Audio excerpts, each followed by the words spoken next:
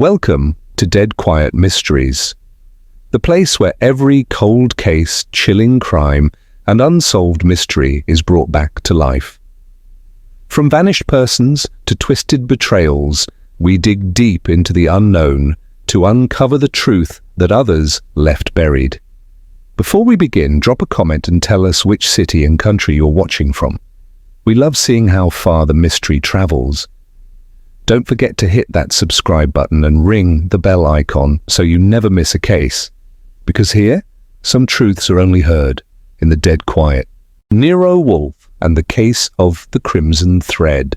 Chapter 1. The Visitor in Tweed.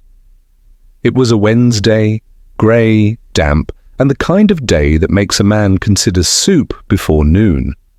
I was halfway through a corned beef sandwich and a puzzle in the Gazette when the doorbell chimed, not rang, chimed, sharp and deliberate, like the caller knew exactly where they were and wasn't here to waste time.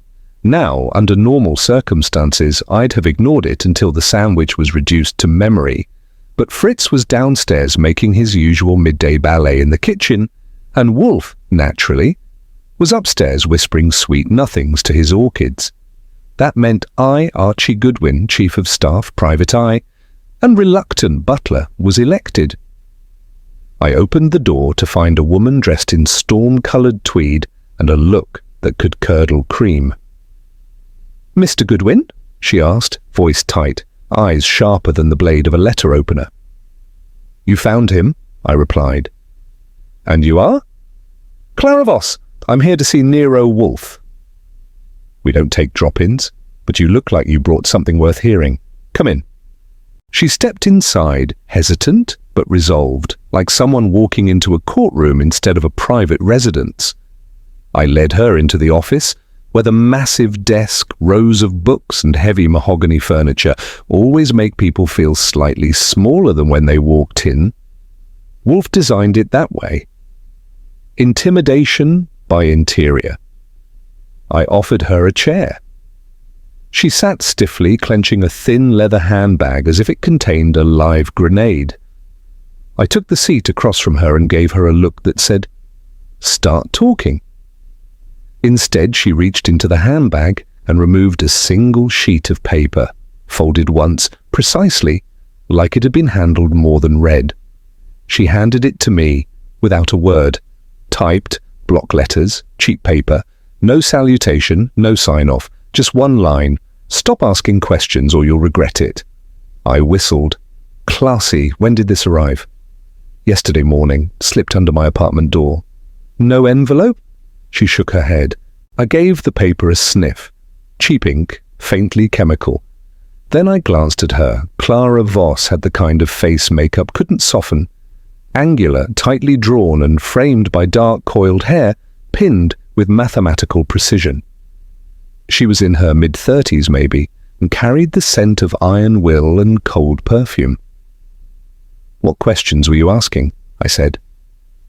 She looked at me as if weighing whether I was worth the truth. "My sister's death." Now that tweaked my curiosity nerve. I leaned back. "Let's have it."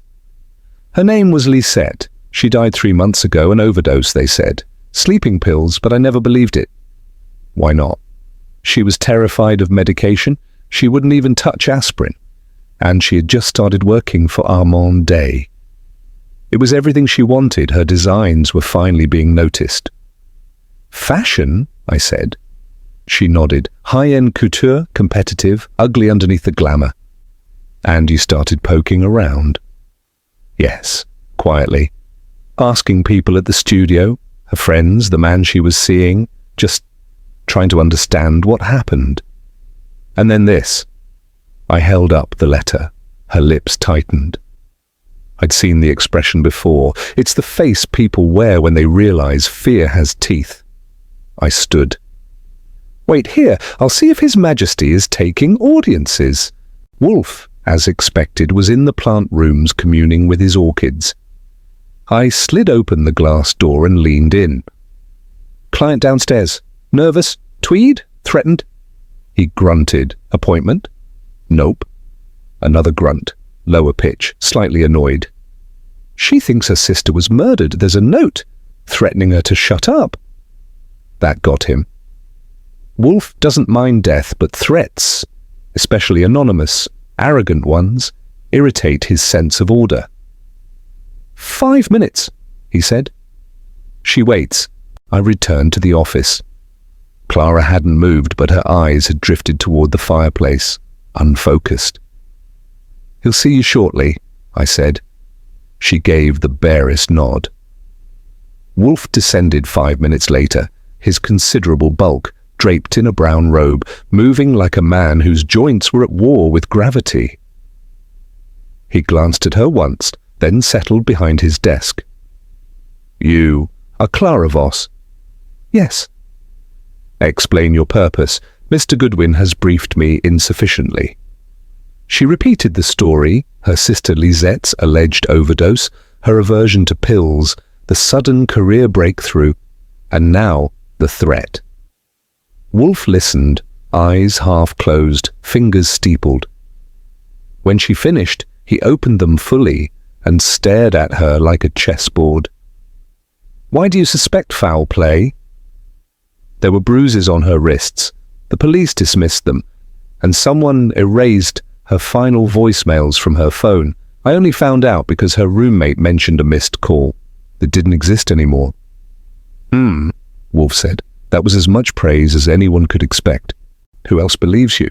No one. The police were dismissive. Her employer, Armand Day, offered sympathy but no answers. Her ex-boyfriend told me to let it go. What was his name? Jules Carton, a photographer. He shot some of her portfolio. They argued just before she died. Wolfe tapped a finger on the armrest, slow and deliberate. I require a retainer. $2,000, payable now. Mr. Goodwin will begin inquiries immediately. Clara didn't flinch. She opened her bag and produced a checkbook, scribbled and tore. After she left, Wolfe stared at the note. Primitive, but effective. What do you think? I asked. I think the suicide was too neat. The bruises, the erased voicemails, the note, they do not align. Begin with a studio, Armand Day. Speak to the staff. Examine the last week of Lisette's life, find her apartment, check the medical report. I nodded. And if someone doesn't want me asking questions?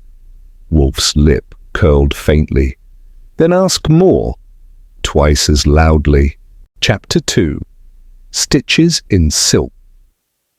By 10 the next morning, I was in Midtown with a borrowed necktie and a borrowed smile, staring at a frosted glass door etched with gold cursive, Armand Day, Couture Atelier. It smelled like expensive desperation and perfume you need a bank loan to afford. I buzzed. The receptionist, all cheekbones and no expression, glanced at me like I was a stain on the upholstery. Appointments only, she said. I'm not here for a fitting, I replied. Archie Goodwin, private investigator. I need to speak with Mr. Day about a former employee, Lisette Voss. Her expression didn't shift, but something in her posture betrayed a twitch. I filed that away. She picked up the phone and murmured into it. 30 seconds later, a door behind her opened and out floated Armand Day himself. He looked like he'd been sculpted from ivory and polished with pride. Grey hair combed into a gleaming wave, silk scarf knotted with disdain, and a tan that suggested more Monte Carlo than Manhattan. Mr. Goodwin, he purred. You are not with the police, I presume? No badge, no pistol, just questions. Then come, I abhor drama in the lobby. His office was bigger than some apartments I've lived in, filled with draped mannequins, bolts of fabric, and a mirror that probably cost more than Wolfe's orchid room. He gestured toward a minimalist leather chair. I sat. You're asking about Lisette, he said. Tragic. She was promising and troubled. Define troubled. He ran a manicured hand over his scarf. Fragile. She was brilliant with color, had an instinct for line, but emotionally? Unstable, always looking over her shoulder. Did she have enemies here? He lifted a brow. Enemies? My dear man, this is fashion. We devour our young. Envy is woven into the seams. So yes, a smile curled at the corners of his mouth. Renee Mallory, senior assistant, territorial, ambitious, and not fond of new talent. She and Lisette fought. Once, in front of a client. It was unpleasant, but nothing fatal. And Jules Carton? That got a reaction. The smile evaporated like dew under a heat lamp. Carton is not part of my world. He photographs our garments, that's all. They dated. They circled each other. She wanted to believe in him. I warned her. About what? He studied me. He has a temper and a reputation. I stood. I'd like to speak with Renee and see Lisette's workspace. That depends. On whether you have a warrant or an appointment. I pulled a Wolfe special, stared silently. Just long enough. He relented. Fine. Renee is in the second fitting room. Knock first. She bites. I found Renee Mallory mid-fitting, pinning a hem with surgical precision, while a model on a pedestal stood like a wax doll. Renee was lean, sharp, and as warm as an iceberg. She didn't look up. If you're not holding fabric, don't breathe on mine. Archie Goodwin. I'd like a minute. She straightened, narrowed her eyes. Another cop? Nope. I'll work for someone worse. Nero Wolfe. That earned me a smirk. The orchid detective. How quaint. I shrugged. Lisette Voss. You and she had a row. She had no idea how this place worked. She thought talent was enough. It's not. You need teeth. You threatened her? Never. I didn't have to. She was already afraid. Of? She paused, just a beat too long. She said someone was following her. I assumed it was Cartine playing games. She tell anyone else that? She told me to keep quiet if anything happened to her. Renee's voice dropped. She said, if I vanish, start with Jules. I left the atelier with a head full of contradictions and a note of Lisette's handwriting from her locker, a short list of names and a sketch of a red thread stitched through a woman's neckline. Not part of any garment I'd seen. I took a cab to Lisette's old apartment in Chelsea. Small, neat, too quiet. Her roommate, a pale grad student named Molly Greaves, opened the door with eyes already ringed by suspicion. I talked to the police, she said. They told me to forget her. I'm not the police, I said. But I don't like things left untied. She let me in. The place smelled of lavender and distance. Lisette's room was untouched, drawings on the wall, thread spools on the desk, a photo of her and Carton. He looked bored, she looked scared. She'd been paranoid for weeks, Molly said quietly. She told me someone had been inside. Her drawers were moved. Nothing stolen, just shifted. Did she keep a journal? Flash drive? Molly hesitated, then pulled a slim, leather-bound book from the back of a bookshelf. She made me swear not to read it. I flipped through carefully. Mostly sketches, color theory notes, and then, in bold ink, a single phrase. Red thread. Hidden where beauty hides. CD no signature. No explanation. But a clue stitched into the silence. Chapter 3. Death in Focus. I'd barely had time to translate Lisette's cryptic red thread note into a fresh pot of coffee when my phone rang. It was Sergeant Pearlie Stebbins, voice flatter than week-old seltzer. Goodwin, we got a stiff in Soho. Thought maybe you'd like to pass it along to your genius boss. Dead how? Gunshot, twice, back of the head, execution style. Name? Jules Carton. I let out a low whistle. Well, that accelerates things. Yeah, especially since your name's in his appointment book for tomorrow. Click. That was Stebbins's way of sending an engraved invitation. I tossed on my coat and headed down. Wolfe wasn't thrilled. Murder meant police, police meant disruption, and disruption meant Fritz's souffle fell. But he didn't stop me. That was as close to encouragement as he gets. The crime scene was a third-floor studio above a trendy gallery, polished concrete floors, floodlights, cables, and enough camera gear to launch a satellite. The smell of blood hung faint beneath the lemon-scented cleaner someone had tried and failed to use as a cover-up. Cartin's body lay crumpled behind a screen divider. The blood had soaked into a shag rug that probably cost more than my car. His face was slack, his eyes wide with surprise or regret. It was hard to tell. Dead men don't explain themselves. Stebbins stood with a uniform, arms crossed like a man posing for his own mug shot. "Shot sometime between midnight and 4, he said. "No signs of forced entry, wallet full, no prints on the weapon, which means gloves or wipes." "What about cameras?" "Disabled. The security system was looped. Clean job. Someone knew what they were doing." I crouched beside the body. Cartin was wearing a cashmere turtleneck and corduroy slacks. Stylish, relaxed. He hadn't expected to die. "Did he have enemies?" Stebbins snorted.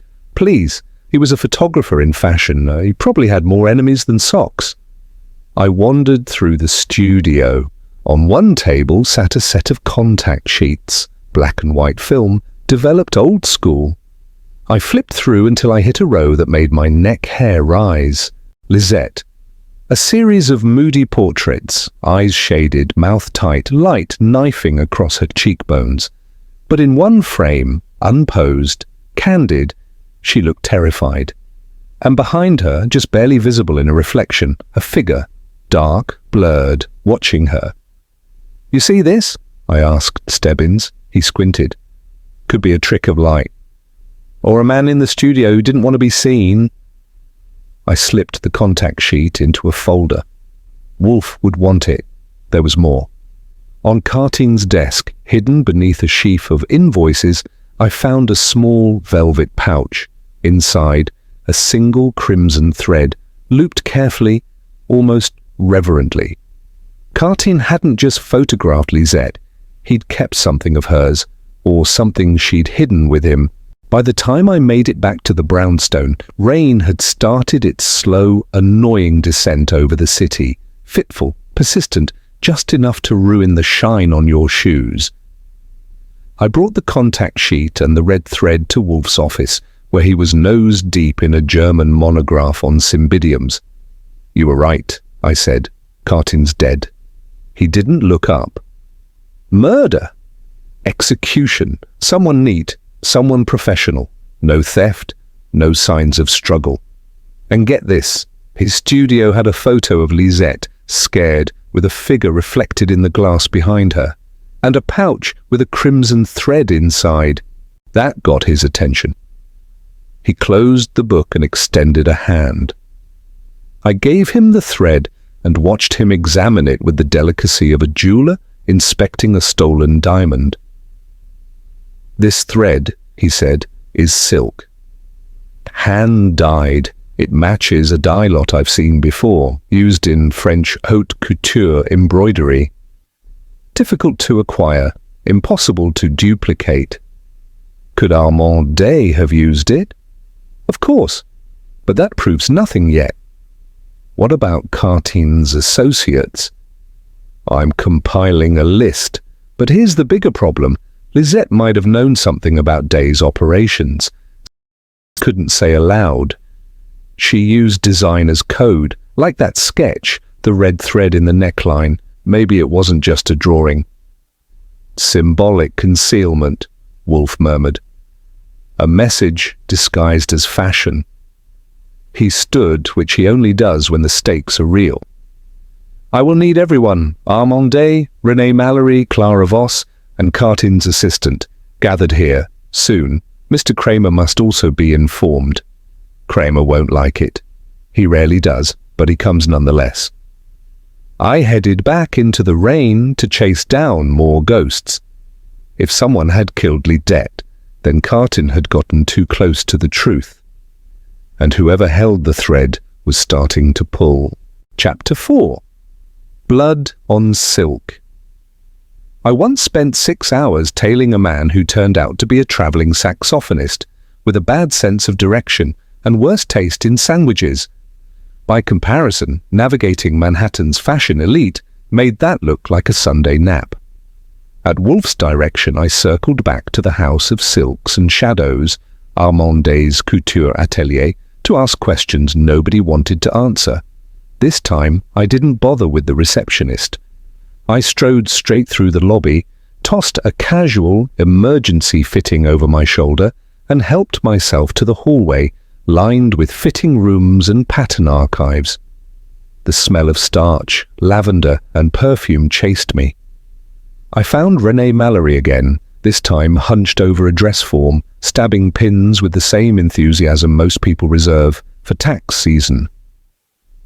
"Back so soon?" she said without looking up. "Lisette's boyfriend got shot last night. Ring any bells?" Her hands froze mid-pin. Then, "Cartin? Twice in the head, neat job." A beat. He deserved it. I raised a brow. "That's a bold position for a Tuesday." She glanced up, eyes sharp. "He used women, promised work, then delivered humiliation. I warned Lisette. She didn't listen." "You're not surprised?" "I'm furious, because she deserved better." She turned back to the dress. I let silence stretch, then asked, "Did Cartin have access to the fabric archives?" Her brow twitched. "Why would he?" "He had a crimson thread identical to one used in your embroidery work. Same dye, same silk." That cracked her poise. She turned slowly. "Impossible. That thread is locked, controlled. Every spool is catalogued." "Check your catalogue." She didn't respond, but her eyes flicked. Fear, sharp and sudden. I took the cue and left her there to stew. Next, I paid a visit to the atelier's fabric archivist, a wiry man named Peter Grohl, who looked like a librarian forced into fashion. His office was cramped, packed with bolts of fabric and small drawers labelled with codes like CD77 and VR104. "You track every spool?" I asked. "Every centimetre. Theft is common in our industry. Threads like this." He held up a vial of crimson silk. "Cost more than some diamonds." "Ever have any go missing?" He hesitated. 2 months ago, yes. Just one spool. Crimson silk, dye lot CD77. It vanished. Then a few weeks later, Lisette came in asking about the same dye. "Did you report the theft?"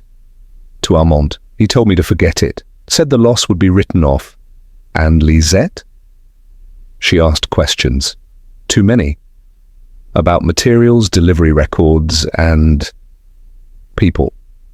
"What people?" He licked his lips. "There's someone who funds this place quietly. A patron. Armand never says his name. But Lisette found out. She was scared after that." I leaned closer. "Who is it?" He hesitated. Then, "Charles Darnell." I blinked. "What?" "Philanthropist, art buyer. Has a reputation for laundering money through creative channels, donates to fashion shows, no one questions it." But Lisette said his name once. Said she found something stitched into a dress. A list. That was enough to light a fire in Wolfe's carefully padded office chair. A list hidden in a dress made from stolen thread, connected to a possibly criminal patron. We were crossing from fashion into felonies. I got back to the brownstone soaked and irritated. Fritz handed me a towel and a raised eyebrow. I ignored both and went straight to Wolfe. He listened without blinking, only interrupting to mutter, "Charles Darnell," once. Like the name tasted bad. "I want that catalogue," he said. "The one with the dye lot numbers. Send Mr. Grohl an offer. If he hesitates, remind him that accessory to obstruction is a charge with teeth." I was halfway to the phone when it rang. I picked it up. A woman's voice, quiet and shaking. "Is this Mr. Goodwin?" "You've got him." "This is Clara Voss, Lisette's cousin. I think I'm being watched." "Where are you?" Home, East 66th. I was in Lizette's room earlier. I found a dress, red embroidery. Something's inside the lining. I didn't wait for Wolfe. I was out the door in under 30 seconds. Clara Voss lived in an elegant, high-ceilinged apartment filled with framed ballet posters and furniture that begged to be complimented. She opened the door, looking like someone who hadn't slept in a week. "The dress," she whispered. "It's in my room." She led me down a hall, past a piano, and a small vase of wilting roses. In her bedroom, on the bed, lay a sea-green cocktail dress, Lizette's design, unmistakable. I picked it up, running my fingers along the inner lining. Then I felt it. A bump. Something sewn into the hem. I reached for my pocket knife, slit the lining carefully, and pulled out a folded slip of rice paper. On it, a list of names. 8, including Charles Darnell, Armand Day, Jules Cartin. A judge, a fashion buyer, and Lizette's own name circled at the bottom. In Lizette's precise script, the red thread connects them. "If I die, follow it," Clara gasped. "What does it mean?" "It means," I said grimly, "someone's cleaning house, and they're not done." Chapter 5. Tailored Lies. There are times in a detective's life when the wind shifts, a subtle change, like the click of a door lock behind you, or the sensation that your footsteps aren't the only ones on the sidewalk. This was one of those times. Clara's revelation about the list hit Wolfe like a cold draft through a stained glass window. He didn't pace, and he never paces, but his eyes had that hard glint he usually reserves for food shortages or Kramer. "The names," he said, holding the list with a letter opener, "are not random. They are recipients of something: money, influence, secrets. The red thread was Lizette's metaphor, or perhaps literal, a conspiracy sewn into fabric." "And she knew," I said, "and she paid for it." "Jules Cartin may have learned too much. Armand Day is covering something. And Charles Darnell." Wolfe's eyes narrowed. "Must now be examined." "Subtle?" "Not particularly. I started with Armand Day, who was reportedly finishing a fitting for a minor soap star at his studio. I didn't knock. I don't, when I'm not in the mood. He looked up as I entered, tie askew, annoyance simmering just beneath the lacquered surface. "Goodwin," he said, "I'm terribly busy." "Not too busy to be on a dead girl's list?" That stopped him. His face froze. The client scurried out, clutching a feather boa like a life raft. "I don't know what you think you're playing at." "I think Lisette was murdered. I think Cartin was silenced. And I think you're laundering money for Charles Darnell through a nice little embroidery scam. You sell custom pieces. People pay 5 times market. No one asks questions." "You have no proof." "I have a thread, a list, and a cop who'd love to go through your ledgers." His smile cracked, just slightly. "You're bluffing?" "Maybe."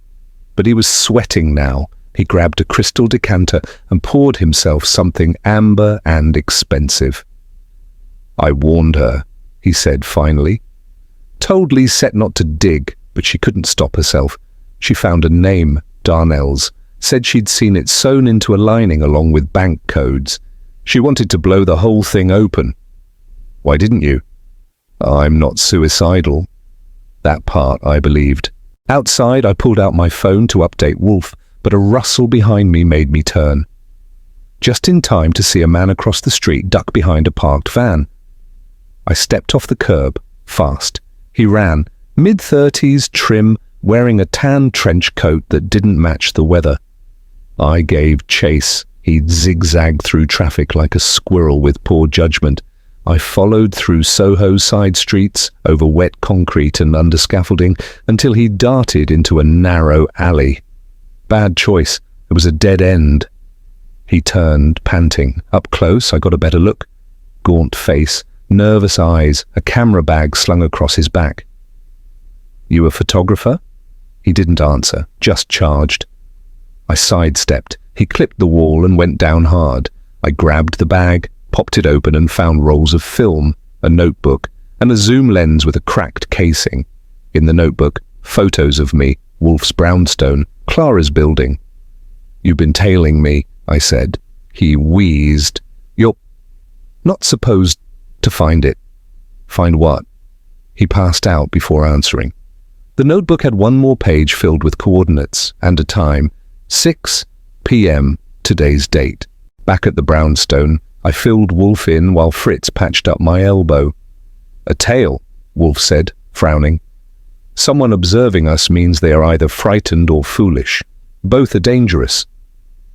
"Should we tell Kramer?" "Not yet. This is not his feast. It is ours." I spread the film and notebook across Wolfe's desk. The last few photos had timestamps. One was taken right outside Clara's apartment, last night. "So," I said, "our friend may have seen something Cartin's killer didn't want seen."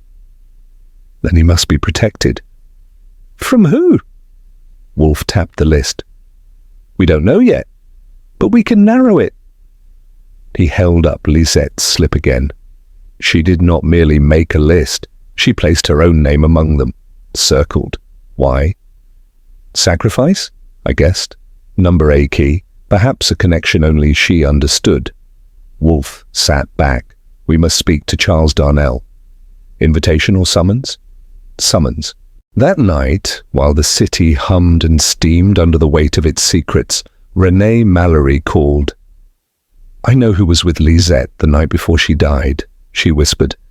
"She begged me to keep it quiet, but I can't anymore." "Who?" "Clara Voss." My stomach dropped. "Clara?" I said. "You're sure?" "She showed up at the atelier after hours, screaming. They argued. I saw Lisette give her something, a box, small, red velvet."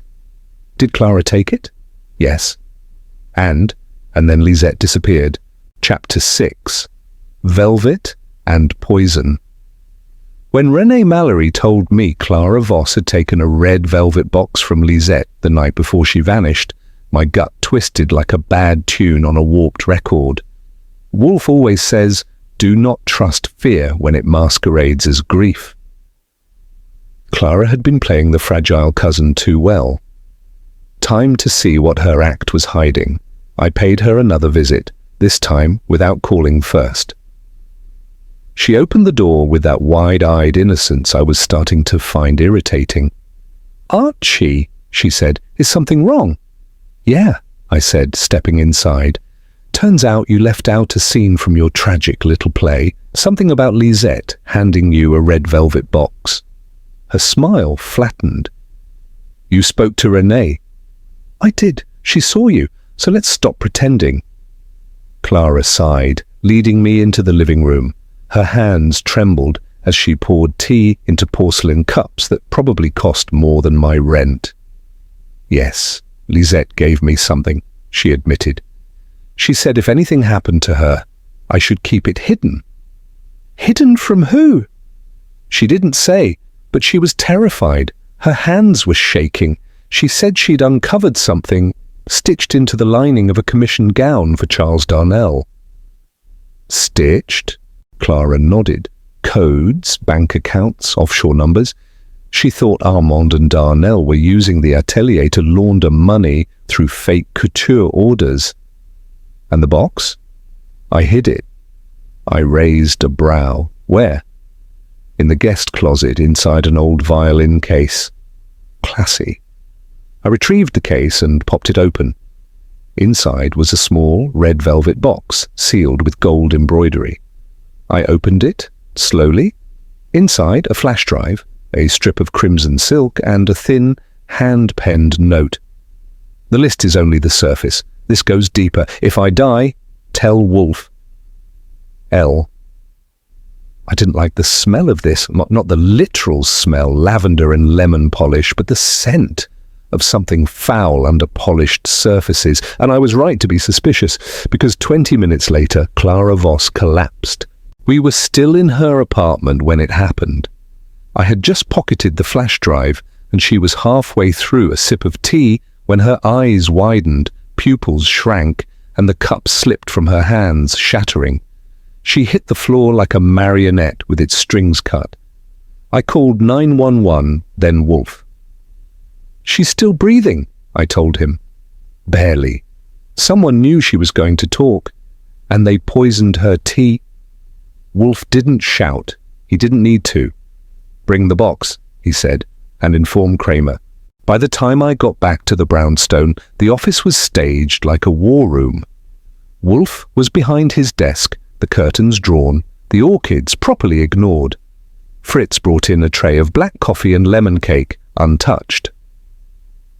"I assume you opened the drive?"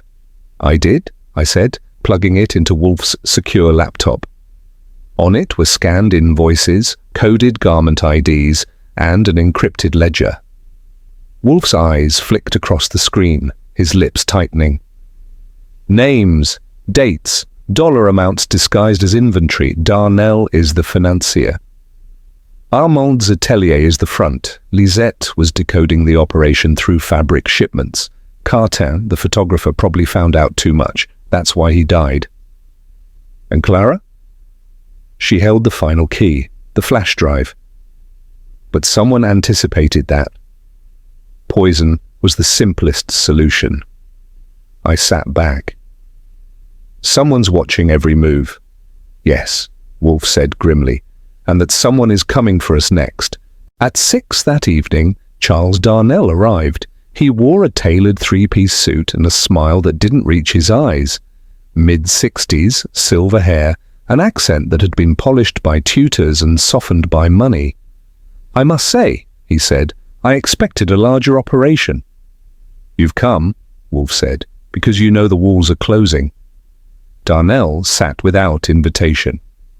"I came because your assistant's been poking his nose into business that doesn't concern him." I gave him a grin. "It does now. When people start dying, it becomes personal." Wolfe didn't raise his voice. He didn't need to. "You are laundering money through couture," Wolfe said. "Lisette uncovered it. She hid the proof. You had Cartin killed when he got too close. And you tried to silence Clara. But you failed." Darnell's jaw flexed. "Prove it." "I intend to. I have your ledgers. The garment records. The coded list. And I know you paid Armand through Luxembourg banks disguised as creative grants. I have dates, transfers, names." Darnell stood slowly. "This isn't over." "No," Wolfe said, "it's just beginning." Chapter 7. Trap, threaded in silk. Wolfe always says there are two kinds of traps, one you walk into and one you spring. He prefers the latter. That night, as the brownstone sank into its usual hush and Fritz decanted a sleepy burgundy in the kitchen, Wolfe was preparing a trap, and he meant for it to snap shut hard. He summoned me to the office after dinner. His chair was creaking under the weight of thought, and the flash drive sat beside the phone like a holy relic. "Tomorrow," he said, "we bring them here." "All of them?" "The whole cast?" I asked.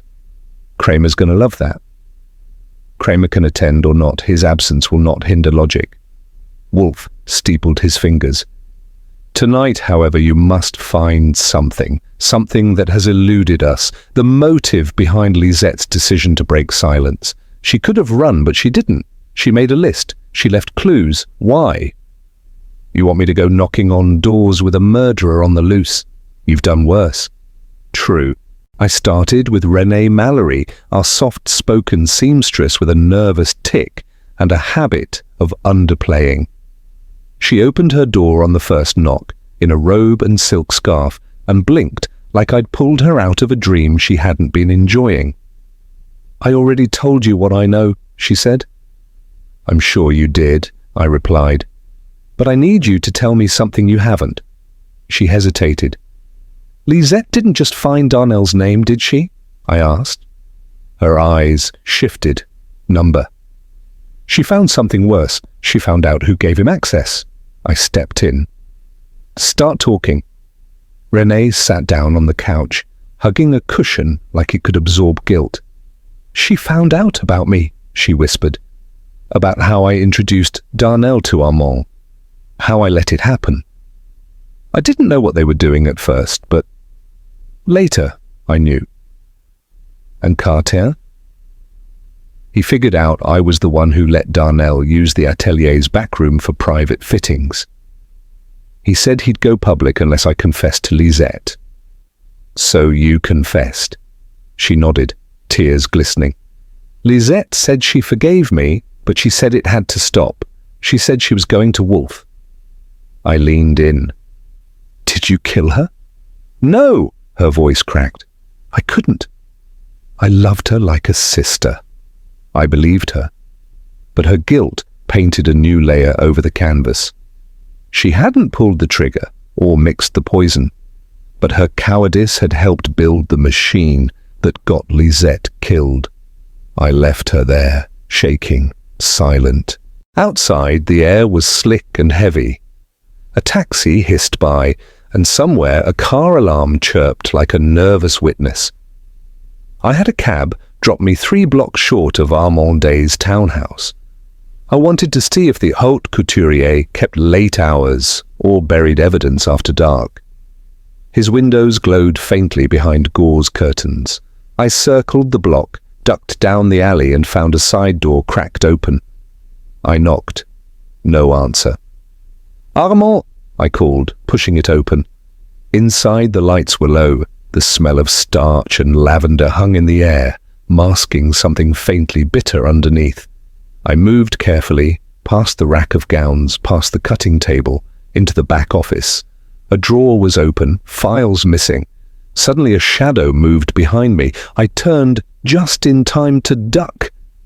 The vase hit the wall where my head had been. I lunged, caught a glimpse of fabric. A gloved hand, then a fist, hit my ribs like a freight train. I stumbled back, pulled my gun, but they were gone. Out the door, into the night. I stood there, gasping, holding my side, knowing 2 things. That was no random burglar. Someone was desperate enough to risk murder again before Wolfe's trap closed. I returned to the brownstone just after midnight, bruised but breathing. Wolfe looked up from his desk and frowned. "Your face resembles overcooked ham." "Thanks. You should see the other guy, if I could have caught him." He listened as I relayed what happened. Then his expression changed, just a flicker, but I saw it. He turned to the flash drive. "They want this," he murmured. "Not to destroy it, but to know what Lisette saw, to see if their name is on the file." "They tried to kill me for it," I added. "That's personal." "Yes," Wolfe said. "Tomorrow it will be made more so." He picked up the phone, dialed. "This is Nero Wolfe," he said. "Please inform Inspector Kramer I require his presence here at 11 a.m. sharp, along with the following individuals." He read the names like a judge reading a sentence. Charles Darnell, Armand, Renee Mallory, the now conscious Clara Voss, and a final name I didn't expect, Miriam Hastings, the gallery owner who'd barely made a ripple in the case until now. When he hung up, I raised an eyebrow. "Hastings?" I asked.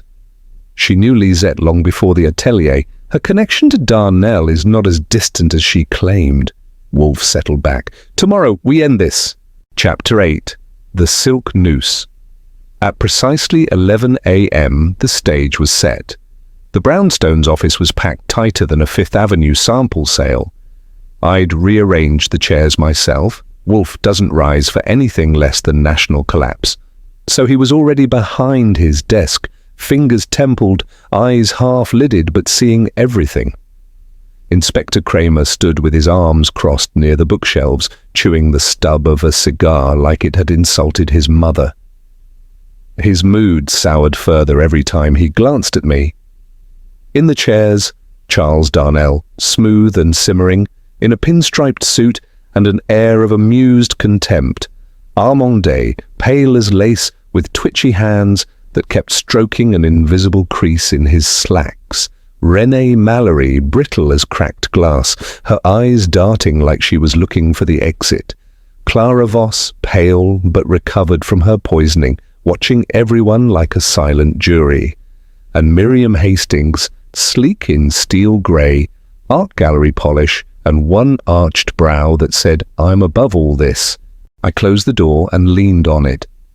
"Proceed, Mr. Wolfe," said Kramer. "But if this is a stunt—" "You may cuff me personally," Wolfe said. That shut Kramer up. Wolfe turned to the room. "We are here because Lisette Marchand is dead. So is Alain Cartin. Clara Voss was nearly added to the list, all to hide a truth that was never intended to see daylight." He picked up the flash drive, turning it slowly between thumb and forefinger. "This contains the details of a money laundering operation," Wolfe continued. "Charles Darnell, you laundered millions through Armand Day's atelier, using high-end gowns with inflated invoices and coded inventory. Armand, you allowed it. Greed overcame artistry." Armand didn't protest. His silence was telling. "But," Wolfe went on, "Lisette did not die because she found the money. She died because she found a name on this list that should not have been there, one she never expected." He turned to Miriam Hastings. "She found you." Miriam's mouth barely moved. "Excuse me?" Wolfe nodded. "You financed Darnell's laundering operation, using your gallery to legitimize the transfers. When Cartin learned of it and tried to blackmail Renee, you had him eliminated. When Lisette discovered the same truth, you poisoned her, using a method subtle enough to look like a heart condition. Then, when Clara got too close, you tried again." Miriam stood slowly. "That's preposterous." "No," Wolfe said, "it's elegant. In your world, image is everything. Better to quietly cut the threads than confront the consequences." Kramer stepped forward. "You have proof?" Wolfe nodded toward me. I handed over 2 items, a scarf stained with trace poison residue recovered from Miriam's townhouse the night before, and a string of messages between Miriam and Darnell found on the flash drive, where they argued over cleaning up loose ends. Miriam's composure cracked just slightly. Her hands trembled. Then she laughed, a low, dangerous sound. "You think you can cage me with that?" Kramer stepped in. "I don't need a cage, just cause." She lunged toward the door, fast for someone wearing heels worth more than my suit. I caught her by the arm. She hissed and tried to slap me, but I'm not in the habit of letting killers land hits. Kramer called for backup. 10 minutes later, Miriam Hastings was in cuffs. Charles Darnell had stopped smirking. Armand Day looked ready to faint. Clara wept quietly, finally free of the secret that had nearly killed her. Renee just stared at the floor, haunted. Wolfe poured himself a glass of beer from the orchid-shaped tap Fritz had installed last year. "That was tidy," I said. "No," he replied, sipping. "It was filthy, but the floor is cleaner now." Epilogue. 2 days later, the press exploded. Heiress gallerist behind fashion ring. Slayings made the front page, sandwiched between a mayoral scandal and a missing tiger from the Bronx Zoo. Lisette's funeral drew a strange crowd, stylists and seamstresses, cops and curators. Clara Voss gave a speech. I watched from the back. Some people deserved more than silence when they went out. Back at the brownstone, I found Wolfe in the plant rooms, scowling at a Vanda orchid that refused to bloom. "You did well, Archie," he said without looking up. "That's because I'm brilliant." "Phooey, you're efficient, occasionally clever, and lucky." I grinned. "I'll take it." He reached for a watering can. "No more visitors this week?" Worried someone else might show up with a red velvet box? Numberombi simply wished to enjoy 3 days of uninterrupted horticulture. And with that, Nero Wolfe went back to his orchids. and I went back to the world until someone else knocked on that door